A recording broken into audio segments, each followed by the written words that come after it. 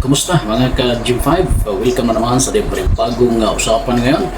Medyo hindi tayo nagpagsama nung mga ilang araw. Sa ngayon dito, bago-usap na naman tayo. Pagkikwentuhan na naman natin ngayon. Itong pagpapatawag ng ilang mga vlogger na kung saan ay bumabati ko sa dyan sa Quadco members. Alright. So bago ang lahat guys, no? Bago ang lahat, sana ay nasa naging mabuting kalagayan ng lahat nating mga kababayan. Saan man tayo ngayong mga araw na ito, ngayong mga oras na ito, lalong-lalo na sa ating mga mahal na mga OFWs. Salute po tayo sa kanila dahil kung hindi sa kanila guys, wala rin.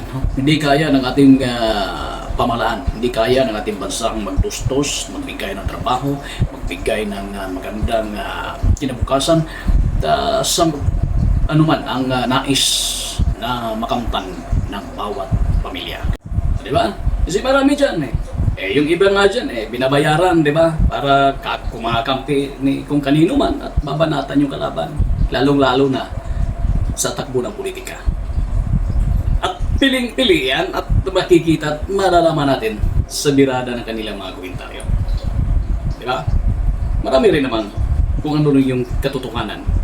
Kung ano lang yung nangyayari, yun lang yung pinag-uusapan. At gaya sa atin. No?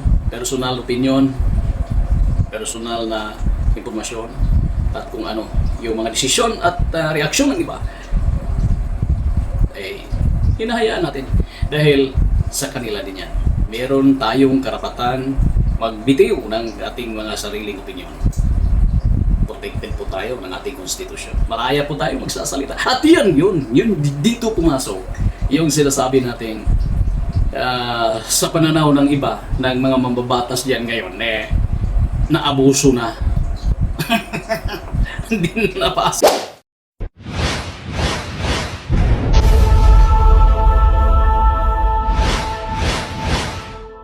Kasi meron tayong sinasabi, tama nga, no? Sa Bill of Rights, merong sinasabi doon sa Section 4 na at diyan pumapasok yung mga rason, karapatan, mayroon akong karapatang magsalita. Di ba? Ayun tinatawag na law shall be passed abridging the freedom of speech, of expression, or of the press, or the right of the people. Kaya yung mga nagsisigawan dyan sa labas, peaceably to assemble and petition the government for redress of grievances. Diba? Meron tayong karapatan. Ngunit, para sa akin meron po tayong limitation pagdating dyan. No? Na kahit di na maganda yung pinagsasabi natin, pagpipilitan pa natin, hindi na magandang pakinggan sa publiko, hindi na magandang pakinggan sa mga bata, no? Sa mga matatanda, dito sa mga opinion at komentaryo na ginagawa, may kanya-kanyang estilo po kasi, no? Kanya-kanyang estilo po. So sa tingin nila, dahil meron tayong freedom of speech and expression, yun nga. At yan, nakasalalay sa ating konstitusyon. Kung sa tingin nila talagang meron talaga kaming karapatan at amin na ito. Walang sino mang makapag-dictate sa amin. Medyo sa kanila rin yan. Ngayon, ito ang nangyayari. No? Pinapatawag na kung yung iba. Paparinig natin kung ano yung nilalaman ng investigasyon. Kani-kanina lang. Meron silang ipinatawag na yung mga kilala na mga vlogger na kung saan sa tingin nila, no, sa tingin ng Quadco member, andyan sila si Congressman Barbers, si Fernandez, si Abante, Paduano, kung sino pa, mukhang nakita ko si Congressman yung actor din na si Gomez, no? Ito guys, ito pakikinggan natin kasi meron na silang isusyokos, no? Meron na silang isusyokos, pero bago natin yan, pakikinggan muna natin si Congressman Barbers. Ano ba talaga ang nilalaman nito pagpapatawag nito? para mapigilan yung karapatan para magsalita. O, di ba? O, para pigilan, wala namang batas na ganun, di ba? Malinaw na yung sinasabi natin sa ating konstitusyon. Ito ay maging expression kayang lahat or yung pagbibigyan ng information. Ano kaya ang magagawa nito? No? Pag-uusapan natin yan. Pero bago ang lahat, ito po, papakinggan natin si Kung Barbers kung bakit ito ba ay pagpipigil sa karapatan sa malayang pamamahayag? Issues of order that resource person was in it, and there's still a lot of cause order for that. Yeah. Suddenly, Filipinos become political analysts. They become journalists. They become experts. We need your wisdom. Diba? Kayo, ang gagaling nyo magtuligsa eh. Ito nyo gawin para nang sa ganun, makagawa tayo ng isang pulisiya na hindi po maabuso ito. Eh ngayon, nandiyan kayo sa social media. Kung mag-retire kayo, wala na kayo, hindi na kayo nagbablog. Paano kaya yung mga susunod na mga vloggers? Yun lamang po ang layunin natin dito. Kaya huwag kayong magdahilan na hindi kayo nagpupunta rito dahil hindi kayo pupunta rito kasi hindi kayo naniniwala sa layunin ng investigasyon na ito.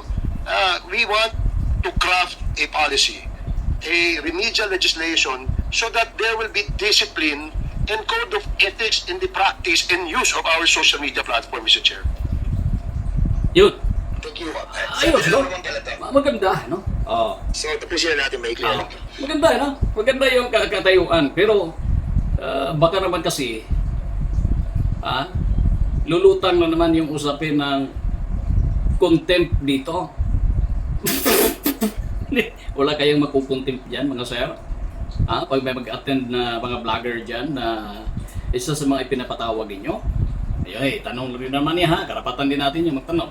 Ngayon, maganda yung katayuan na yan. Ako guys, nakikita natin na medyo, meron talagang kakulangan din itong mga platform na kung saan lumalabas ang mga hindi magagandang salita, no? Minsan may magmumura, minsan mayroong di ba? Naririnig natin yan sa iba, hindi naman lahat. Pero that is part of yung sinasabing expression na nasa kanila din. At ito ngayon, dito natin makikita kung paano ba talaga gugulong ang yung sinasabi na para mabigyan ng magandang patutunguhan ang lahat dito sa social media na ito. Para sa akin, maganda sana na kung kasi hindi lang sa komentaryo meron din sa video, di ba? Yung harap-harapang mga pangyayari, karumal-dumal ng mga krimen. Minsan kapag mga ordinaryong vlogger ang gumagawa, except doon sa media kasi will trend yung mga yan di ba? Hindi pinapakita yan sa television. Hindi mo makikita maski mga dugo diyan sa crime scene binoblurred nila yan. Wala kang makikitang tao na kung saan ay hindi maganda sa paningin ng mga viewers. Pero kapag vlogger lang ang dyan tumitira, lalong-lalo na kapag hindi nakapag-attend ng seminar at walang knowledge, talagang titirahin ng kamera nila yan. Di ba? Di ba yung mga ordinaryong uploader natin? Hindi natin sisisihan sila kasi mga citizens na kung saan nakukuha nila ang pangyayari actual, no? Siyempre wala yung iba hindi naman nila alam kung ano yung protocol pagdating diyan sa usapin na yan. Kaya diretso na lang kung ano yung mangyayari diyan sa harapan, kung ano yung ngayon meron nang ina-upload ngayon merong sinaksak na na lalaki mula sa umpisa sa pangyayari, tinitira na ng video yung mga napaka-puwera lang sa mga kumakain, no? Talagang sinusundan hanggang doon sa bandang unahan na kung saan hindi magandang mata. At iniingatan yan doon sa mga kapatid natin, sa mga kasamahan natin sa industriya ng pagbabalita, lalong-lalo na sa kumakapture ng video na ganun ang makikita. Kasi nandiyan nanonood yung mga bata, mga matatanda, lalong-lalo na kung ikaw ay isang komentarista, na dapat mag-ingat ka sa pananalita at baka hindi na maganda yung patutunguhan.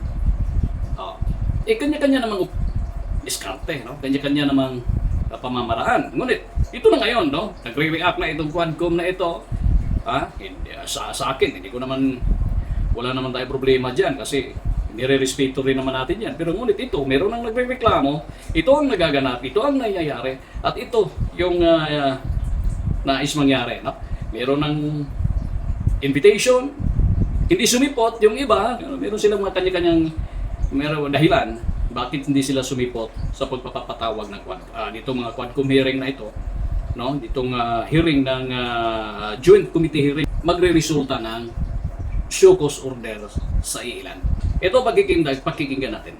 Just invite her in the next hearing. We will issue a show cause order for that person.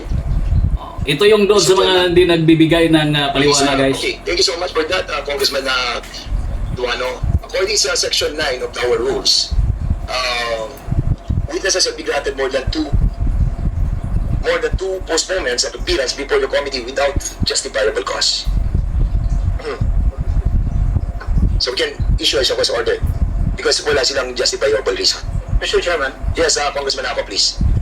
we must distinguish the resource person who was invited but did not offer any excuse from the resource person who was invited. Ang nangyayari kasi, guys, yung iba, no, itong mga ipinatawag nila nagbibigay ng mga excuse letter, no? Nagpapadala ng mga excuse letter na ito. At kaya tinitimbang nila ngayon kung sino ba yung pagbibigyan, no? At saka sino ba yung issue cause order? Sino ba yung issue cause nila? Yung iba hindi nagpapadala ng excuse letter. At yung iba naman ay mayroong ipinapadala, ngunit tinitimbang pa rin nila yung kanilang mga sagot, no? Paliwanag kung bakit hindi sila nakadalo dito sa hearing na ito. But came up with a letter excuse. So why should we treat them the same?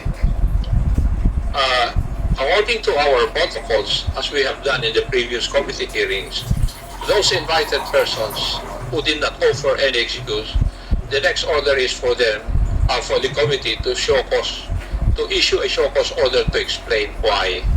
And for those people who offered an excuse for their absence, it's up for the committee to determine whether the excuse is acceptable or not. Thank you, Okay, Mr. sir. Chair. Okay, I think we have so many excuse letters that were given to us by the COMSEC. Mr. Chair, And, particularly, yes. the excuse order, the So- excuse letter of dismissed Elizabeth Joey Cruz. She said, I know that the time of the committee is precious and I am coming from deep concern on prudent utilization of public resources. Mr. Chair, this is contemptible.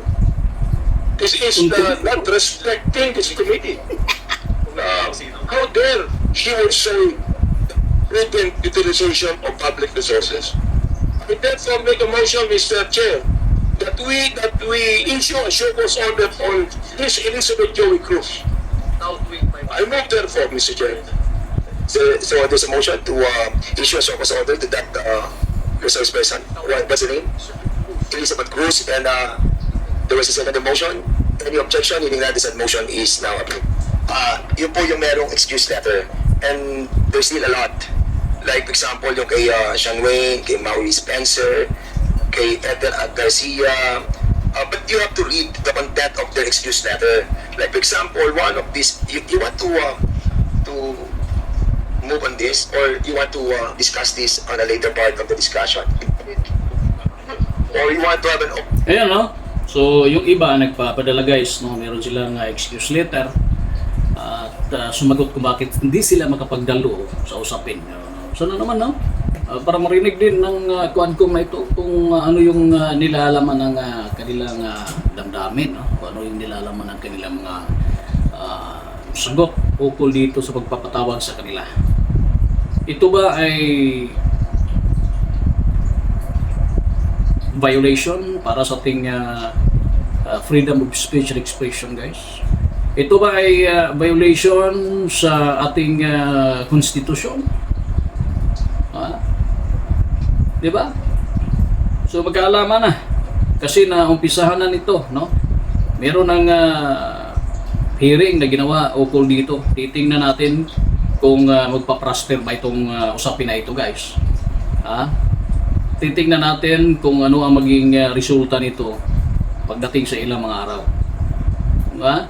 Kung ano maging hakbang ang gagawin Kung ano ang magiging hakbang ang gagawin ng Quadcom pagkatapos nito.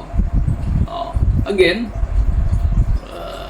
baka takot yung iba na pumunta, baka mag-contempt naman kasi napakaraming na-contempt dyan sa Quadcom na yan.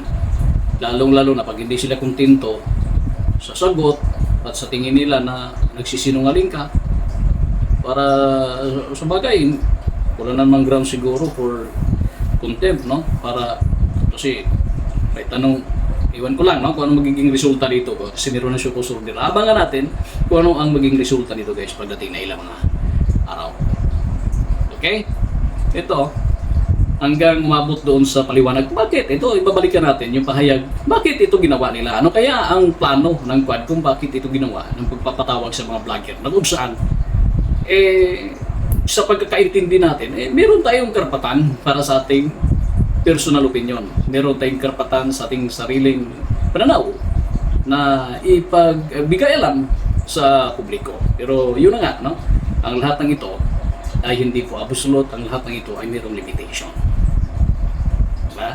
Kasi kung hindi naman na maaaring pwedeng magbitaw ka ng salitang negatibo, hindi naman maaaring magbigay ka ng salitang hindi maganda, kasi hindi maganda sa pandinig ng ating mga kapwa, bakit mo naman gagawin? Ito, sila ang nakakaalam kung ano yun.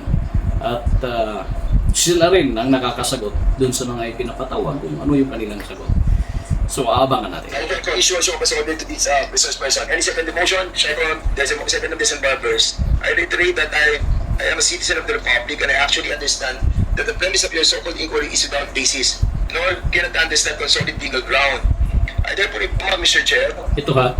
Ang punto lang natin dito is magkaroon tayo ng ganitong ng regulasyon o regulatory policy para kagaya po ng mga broadcasters, meron po silang KBP. Tama. Kagaya po ng mga manunulat sa dyaryo, meron po silang NUJP. They're all bound by rules and regulations. So kasi in this social media, the use of social media platforms, unfortunately, wala po tayong ganyan sa ngayon.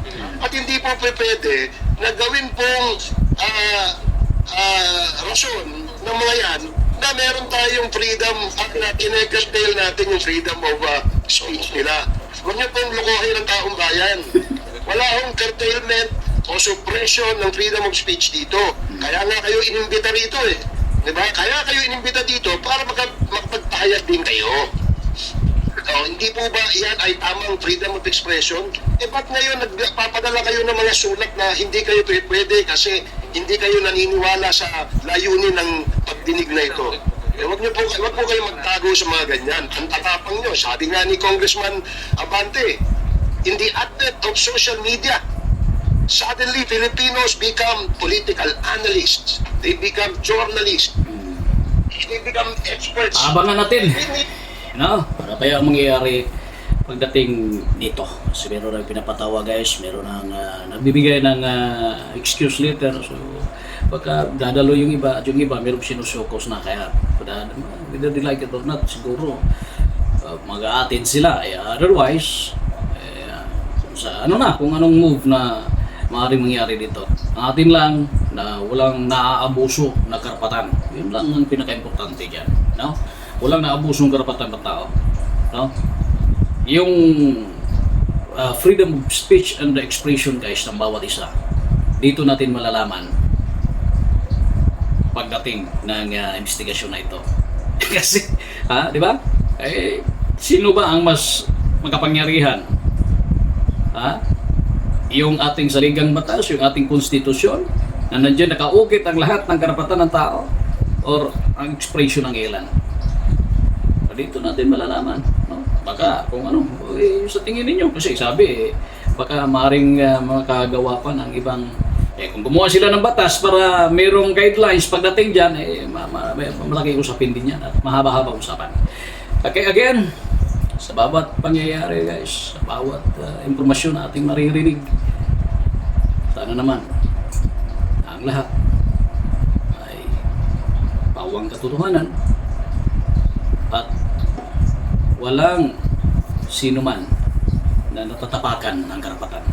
Hanggang sa muli po, ito po ang G5 TV. Maraming salamat at mabuhay aga buong Pilipinas.